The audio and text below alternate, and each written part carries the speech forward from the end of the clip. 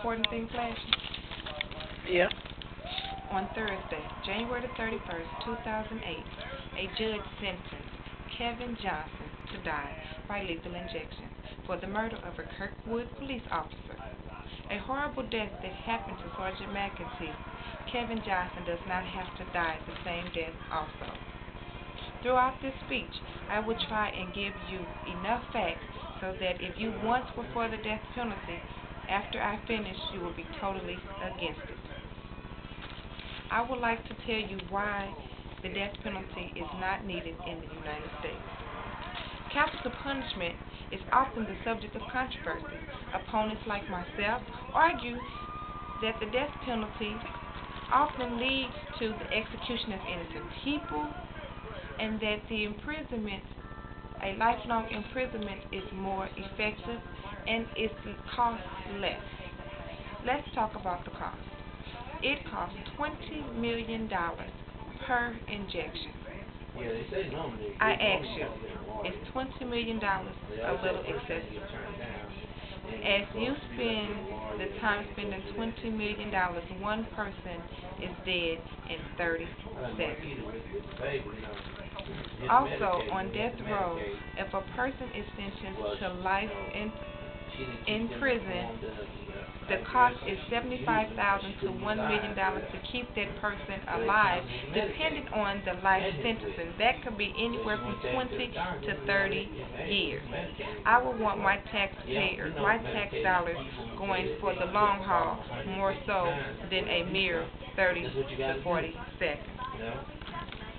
Also, opponents like myself argue that since the death penalty has been reinstated, more African Americans have been killed than whites. It has been proven that 58% African Americans have died doing lethal injection as opposed to 34% whites. There are several methods of execution or capital punishment. There are hanging, shooting, death by lethal injection, gas chambers, beheading.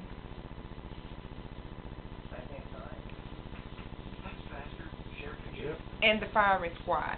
And I ask you, are these methods of capital punishment humane or inhumane?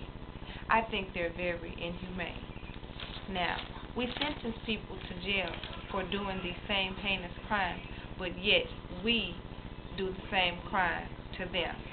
In other countries, they do not have the death penalty, and the crime rate is not as high.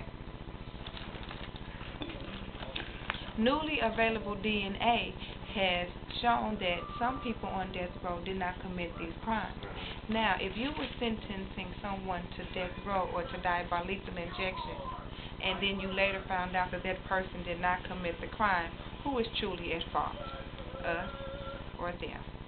I would say it would be us, because if that person was still on death row, he or she would still be alive to contest to the fact that they did not do the crime that they were solely told that they had committed.